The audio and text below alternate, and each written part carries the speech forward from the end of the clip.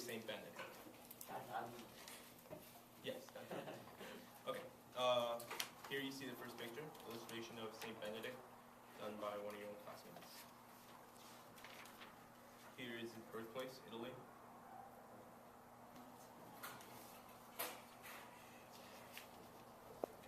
Saint Benedict was born in 480 AD, very, very long time ago, and he lived in Nerza, which was a town in Rome. Eventually, he got tired of city life and went on a religious journey to the very, very small town of N5. Benedict was tired of people being mean to each other, so he looked for a different lifestyle that would bring him closer to God. A monk named Romanus, who lived close to N5, inspired Benedict to live his life alone. Benedict lived alone for 3 years, and during this time, he lived in a cave near Subiaco. He made many friends, like bears, jaguars, and whatnot. Benedict didn't like the isolation for all those years. So after 3 years, Benedict joined a group of monks.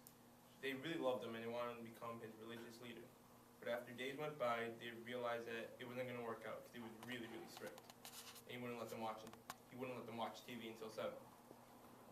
So they tried to poison him. But while he was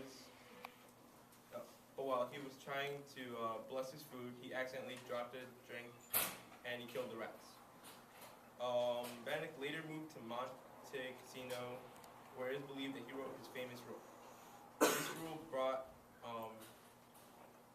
This book brought many rules to the monks, and this is also where Saint Benedict would die with his sister, and this is also where they would be buried.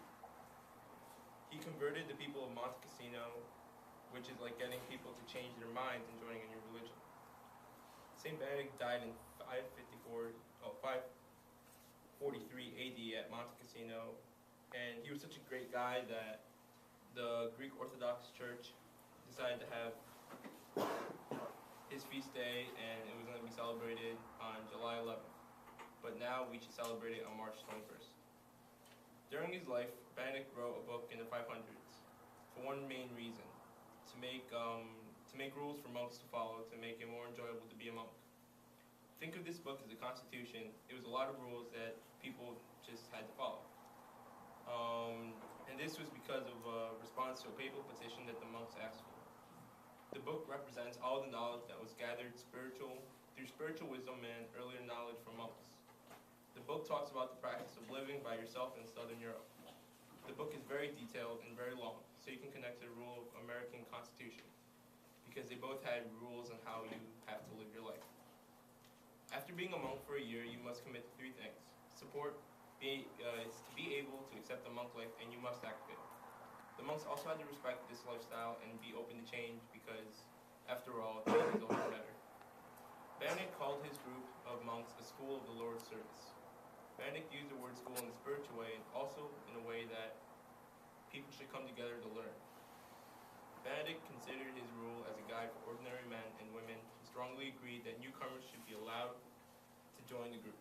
The rule has been, and always will be, liked by everyone who reads it, because it just shows how nice Benedict can be to other people. For example, he was always nice to people of all countries and of all origins.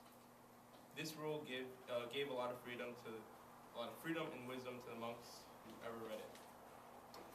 And here's a medal of. I'm sorry, I drew this. Here's a medal. Here's Benedict's medal, actually. The church started implementing it in the early hundreds to people who were good. A couple of facts about Saint Benedict. He died in the year 543 in Monte Cassino, and legend has it that he died standing up while praying to God. He also wrote the monastic rule in 540. Not ironically, just oddly, he is the patron saint of kidney disease and of Europe. The Orthodox Church commemorates Saint Benedict on March 14th, and to this day, the rule of Saint Benedict is the most common and influential rule used by monasteries and monks, even though it's more than 1,400 years away. I have a little cartoon here. Oh, there was 72 rules in total in the book. Saint Benedict was a mere teenager when he left his sinful world in 497 to live life of fasting and praying in the inaccessible desert, and one day to see a priest burying food appear in the remote region. It's Easter Day, the priest said. Share this feast with me. After praying and eating together, the young saint wondered why the priest had found him. As he was about to sit down to his dinner that day, the priest replied that he had heard a gentle voice say, "You are preparing yourself a banquet, while my servant Benedict is distressed with hunger." The priest immediately packed up the meal and set out looking for Benedict. The end. Any questions?